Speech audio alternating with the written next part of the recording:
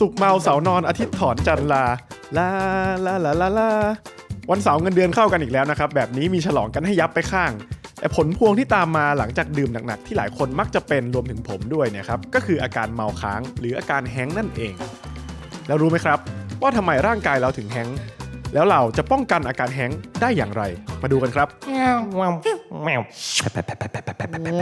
บอาการแฮงก์อาการที่ใครที่ดื่มแอลกอฮอล์เนี่ยน่าจะประสบพบเจอกันหลายคนและคงเป็นอาการที่เลือกได้เนี่ยครับก็คงอยากจะเลี่ยงเพื่อไม่ให้เสียงานเสียการในวันถัดไปซึ่งอาการแฮงก์เนี่ยมันก็น่ากลัวและมีเรื่องอันตรายซ่อนอยู่ด้วยครับซึ่งมันจะเกิดจากหลังจากที่เราดื่มแอลกอฮอล์เข้าไปแล้วและร่างกายก็จะย่อยสลายแอลกอฮอล์จนเหลือสิ่งที่เรียกว่าอะเซทาลดีไฮด์ซึ่งนี่คือสารประกอบทางเคมีครับมีฤทธิ์เป็นพิษต่อร่างกายส่งผลให้เกิดอาการหัวใจเต้นแรงครับหน้าแดงทุกทีใช่เธอหรือนี่ที่คอยตลอดมานอกจากนี้ครับยังมีอาการปวดศีรษะรุนแรงและยังเป็นพิษต่อตับนอกจากตัวอะเซทาลดีไฮด์นะครับจะส่งผลต่อร่างกายแล้วการที่เรายิ่งดื่มเข้าไปเยอะเนี่ยครับเราก็ยิ่งปัสสาวะเยอะใช่ไหมครับทำให้ร่างกายเนี่ยก็ขับแร่ธาตุออกไปด้วยไม่ว่าจะเป็นวิตามิน B ก็ดีแมกนีเซียมหรือว่าโพแทสเซียมยิ่งออกไปเยอะเข้าร่างกายเนี่ยก็จะเกิดอาการขาดน้ำสมองเฉื่อยชากล้ามเนื้อและระบบประสาทเนี่ยอ่อนแรงอ่อนเพลียแปลกดีครับยิ่งดื่มยิ่งขาดน้ำนอกจากนี้ครับอาการแฮงก์ยังทำให้ร่างกายของเราเนี่ยพักผ่อนไม่เพียงพอด้วยถึงแม้บางคนเนี่ยครับจะเลือกดื่มเพื่อช่วยให้นอนหลั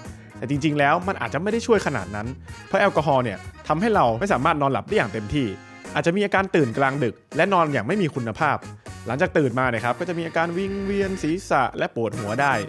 แต่ทีนี้ครับจะดื่มอะไรดื่มขนาดไหนมันถึงจะเป็นจุดที่มากจนเรียกว่าแฮงก์ได้อันดับแรกครับเราต้องรู้ก่อนว่าปริมาณแอลกอฮอล์ในเลือดเนี่ยระดับไหนทำให้ร่างกายเราเป็นประมาณไหนเป็นยังไงและระดับไหนเนี่ยมันเริ่มจะอันตรายซึ่งมันมีสูตรคำนวณแอลกอฮอล์คร่าวๆอยู่ครับคือถ้าเป็นผู้ชายเนี่ยครับให้เอาปริมาณแอลกอฮอล์ที่เราดื่มเข้าไปเนี่ยเป็นจำนวนกรัมเนี่ยหารด้วยน้ำหนักตัวนะครับเป็นจำนวนกิโลกรัมนะครับผมคูณด้วย 0.68 และคูณด้วย 10ส่วนผู้หญิงเนี่ยจะใช้ปริมาณแอลกอฮอล์ที่ดื่มนะครับหารด้วยน้ำหนักตัวกิโลกรัมนะครับผมคูณด้วย 0.55 แล้วก็คูณด้วย 10เหมือนกันปริมาณแอลกอฮอล์เนี่ยครับก็มีสูตรคิดประมาณนี้นะครับเราเอาขนาดสุราของมาตรฐานเนี่ยมาวัดนะครับผมนั่นก็คือเบียร์กระป๋องเล็ก330มิลลิลิตรมีแอลกอฮอล์อยู่ที่ประมาณ 5% ส่วนไวน์1แก้ว100มิลลิลิตรแอลกอฮอล์ประมาณ 12.5% และเหล้า1แก้ว30มิลลิลิตรแอลกอฮอล์อยู่ที่ประมาณ 40% ให้เราเอาเปอร์เซ็นต์เหล่านั้นเนี่ยครับไปคูณปริมาตรแล้วหาร100นะครับก็จะได้ค่าปริมาณแอลกอฮอล์อย่างผมน้ำหนักตัว58กิโลกรัมดื่มเบียร์กระป๋องเล็ก1กระป๋องก็จะใช้สูตรเป็น 16.5 คูณ 1 หาร 58 คูณ 0.68 คูณ 10ผมก็จะมีปริมาณแอลกอฮอล์ในเลือดเนี่ยครับราวๆ 0.04 กรัมเปอร์เซ็นต์สิ่งนี้บอกอะไรเราได้ครับปริมาณแอลกอฮอล์ในเลือดเนี่ยก็พอจะทำให้เรากะปริมาตรหรือวางแผนการดื่มได้อย่างดีนะครับผมเพราะตัวเลขเหล่านี้จะบอกสเต็ปของความเมาของเราได้แบ่งเป็นประมาณนี้ครับ 0.02 ถึง 0.04 กรัมเปอร์เซ็นต์อันนี้เรียกช่วงสดชื่นกำลังแบบอารมณ์ดี 0.05 ถึง 0.10 กรัมเปอร์เซ็นต์จะเป็นช่วงเริ่มกลุ่มๆแล้ว 0.11 ถึง 0.15 กรัมเปอร์เซ็นต์เข้าสู่ช่วงเราควบคุมตัวเองไม่ก็ได้ควบคุมได้น้อยลงกล้ามเนื้อเนี่ยมันก็เริ่มอ่อนแรงนะครับผมไม่สัมพันธ์กันเท่าไหร่นะครับถัดมาครับ 0.16 ถึง 0.30 กรัมเปอร์เซ็นต์อันนี้เนี่ยจะเรียกว่าเมาที่ระยะเริ่มพูดไม่ค่อยรู้เรื่องแล้วพูดเรื่องเดิมๆเนี่ยครับแสดงว่าเรากินไปเยอะประมาณหนึ่งแล้วบางคนเนี่ยอาจจะเริ่มมีการลุกขึ้นเต้นกันแล้วนะครับผม 0.31 ถึง 0.40 กรัมเปอร์เซ็นต์อันนี้เรียกเมาเละเริ่มทรงตัวไม่ค่อยได้สติแล้วนะครับถัดมาครับ 0.41 ถึง 0.50 กรัมเปอร์เซ็นต์อันนี้เรียกเมาไม่ได้สติอาจจะเมาหลับไปหรืออันตรายที่สุดคืออาจจะเสียชีวิตได้จากภาวะแอลกอฮอล์เป็นพิษฉะนั้นการป้องกันที่ดีที่สุดเพื่อไม่ให้เราแฮงก์เนี่ยคือเราต้องควบคุมปริมาณการดื่มเนาะซึ่งใครๆก็รู้อยู่แล้วว่าอย่าดื่มเยอะก็แต่ถ้าวันนี้มันต้องสุดล่ะเราจะทำยังไงได้บ้างให้เราเมาช้าลงและลดโอกาสที่จะเกิดอาการแฮงก์ซึ่งผมรู้และนี่คือเหตุผลที่พวกคุณกดเข้ามาฟังยังไงครับนี่ครับเวลาเราดื่มแอลกอฮอล์เนี่ยมันจะเริ่มดูดซึมในกระเพาะเป็นที่แรกแล้วจะไปดูดซึมต่อเร็วขึ้นที่ลำไส้เล็กตรงนี้ครับคือความสำคัญของเรื่องนี้ครับผมเพราะหากกระเพาะเราว่างเนี่ยเราจะเมาได้เร็วเพราะแอลกอฮอล์เนี่ยครับมันจะซึมเข้ากระเพาะเราแล้วก็ส่งตรงสู่กระแสเลือดได้เร็วกว่ามีอาหารอยู่ในท้องเพราะฉะนั้นครับทางแก้ก็คือทานอาหารเข้าไปก่อนดื่มแอลกอฮอล์นั่นเองนอกจากจะหาอาหารทานแล้วการเลือกทานอาหารบางประเภทก็อาจทำให้เราดื่มได้นานขึ้นหรือว่าเมาช้าลงนั่นก็คืออาหารประเภทที่มีความมันครับผมเพราะน้ำมันในอาหารเนี่ยใช้เวลาดูดซึมในกระเพาะอาหารนานกว่าอาหารประเภทอื่นแต่กินของมันเยอะก็ระวังพวกเรื่องคอเลสเตอรอลไขมันพวกนี้ด้วยนอกจากอาหารมันแล้วโปรตีนก็มีส่วนช่วยด้วยเช่นกันเพราะโปรตีนเนี่ยครับเวลาถูกย่อยมันจะกลายเป็นกรดอะมิโนและกรดอะมิโนเนี่ยก็จะไปช่วยในการทำงานของตับทำให้ตับทำงานอย่างมีประสิทธิภาพมากขึ้น ส่วนอีกสูตรที่ผมมักใช้ก็คือหาวิตามิน B เติมเข้าไปหากคืนก่อนหน้ามันหนักหน่วงไปหน่อยยิ่งการดื่มเยอะเนี่ยมันทำให้ปัสสาวะบ่อยทำให้ร่างกายเราเนี่ยสูญเสียวิตามินไปทางปัสสาวะมากกว่าปกติโดยเฉพาะวิตามิน B1 มันทำให้เราอ่อนเพลียสมองเบลอๆไม่สดชื่น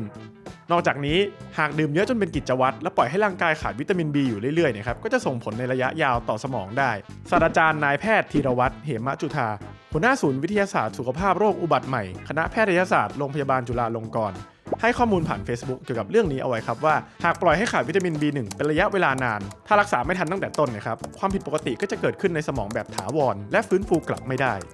เกิดเป็นโรคสมองเสื่อมแบบอัลไซเมอร์เฉียบพลันวิธีที่3ครับวิธีนี้ทำง่ายแต่อาจจะทำให้เราเนี่ยครับต้องลุกเข้าไปเข้าห้องน้ำบ่อยหน่อยก็คือการดื่มน้ำให้เท่ากับปริมาณการดื่มแอลกอฮอล์เข้าไปรู้ครับว่าบางทีเนี่ยอยากซดต่อแต่การดื่มน้ำเนี่ยมันจะช่วยให้แอลกอฮอล์เนี่ยครับเจือจางในตัวเราและยังช่วยป้องกันภาวะร่างกายขาดน้ำด้วยส่วนอันที่ไม่แนะนำเลยนะครับไม่แนะนำจริงๆคือการซดเหล้าต่อไวน์ตบท้ายด้วยเบียร์อันนี้เนี่ยครับก็จะทำให้ร่างกายเราขาดน้ำมากขึ้นและยิ่งเผาผลาญแอลกอฮอล์ได้ช้าจนอาจจะเกิดอาการแฮ้งจนอาจจะต้องลางานในวันถัดไปหรือเลวร้ายที่สุดก็คือทำให้เราหมดสติได้หรือเสียชีวิตได้เลยเพราะการดื่มขนาดนี้จะเกินความสามารถในการย่อยแอลกอฮอล์ของร่างกายกระบวนการเผาผลาญก็ทำงานได้ไม่ทันช่วงฟันแฟกต์เล็กๆน้อยๆครับในปี 2022 โพลโดยทูรูเซกบริษัทด้าน HR และเทคโนโลยีได้ทำออกมาเกี่ยวกับผลประโยชน์ที่อยากได้จากที่ทำงานของชาวอเมริกากว่า 1,230 คนอันดับ1ครับคืออยากให้มี hangover leave ถึง 23% อันอื่นๆที่น่าสนใจก็มีครับเช่นลางานเนื่องจากอกหักหรือลางานในวันที่ทีมกีฬาที่เราเชียร์เนี่ยแพ้ในแมตช์ใหญ่ๆกลับมาครับทีนี้ถ้าเกิดกรณีที่แฮงก์ไปแล้วลืมกินข้าวเย็นเผลอดื่มไปเยอะตื่นมาปวดหัวจัดคลื่นไส้ทำยังไงดีตื่นมาถอนสักกระป๋องได้ไหมเห็นหลายคนชอบพูดเฮ้ยไม่ใช่ผมคือการเติมแอลกอฮอล์เข้าไปอีกนะครับอาจจะไม่ใช่คำตอบที่ดีนักเพราะการเติมเข้าไปมันก็ทำให้ร่างกายเนี่ยยังต้องย่อยอีกเหมือนเดิม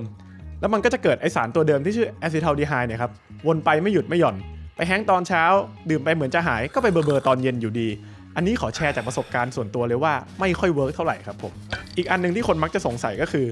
ตื่นมาแล้วกินยาพวกตระกูลพาราเซตามอลหรือไทลีนอลเนี่ยได้ไหมอันนี้ก็ไม่ค่อยแนะนำครับเพราะในกลุ่มคนที่มีพฤติกรรมดื่มแอลกอฮอล์ที่บ่อยเนี่ยตับมักจะถูกใช้งานหนักอยู่แล้วหากเรากินยาตระกูลนี้เข้าไปอีกก็จะทำให้ตับยิ่งทำงานหนักขึ้นอีกส่วนตัวผมเลยเนี่ยมักจะดื่มน้ำให้เยอะเข้าไว้เป็นอันดับแรกเพื่อป้องกันอาการขาดน้ำนะครับผมต่อมาก็ทานอาหารให้อิ่มท้องไว้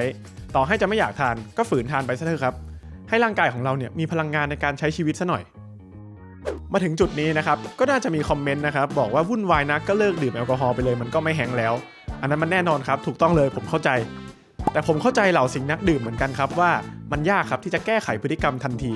อย่างตัวผมเองเนี่ยก็อยากให้ทุกคนที่ฟังมาถึงตรงนี้นะครับลองสำรวจพฤติกรรมการดื่มของตัวเองกันดูก่อนว่าก่อนดื่มเนี่ยเราทานข้าวแล้วหรือยังพักผ่อนมาเพียงพอไหมเวลาเราแฮงก์อาการเป็นยังไงอาจจะลองใช้วิธีข้างต้นที่ผมเล่าไปครับเพื่อรับมือกับการดื่มของเราอาจจะทำให้เราดื่มและใช้ชีวิตอย่างมีความสุขกันมากขึ้นถึงตรงนี้ครับผมต้องขอบคุณหนังสือเล่มนี้ครับคุณหมอจะบอกให้ดื่มยังไงไม่ให้พังเขียนโดยคุณคาริไฮชิจากสำนักพิมพ์ Leaf Rich สำหรับคนที่เอาวิธีแก้แฮงก์ของเราไปลองนะครับลองแล้วเป็นยังไงบ้างหรือมีวิธีแก้แฮงก์กันแบบไหนก็ลองมาแชร์กันได้ในคอมเมนต์หรือว่าฝากกดไลค์กดแชร์กันด้วยนะครับผมกดติดตามพวกเราทุกช่องทางไว้ด้วยและสำหรับบรรดานักดื่มวันเสาร์จะเหงาได้ไงจัดไปครับทุกคนชน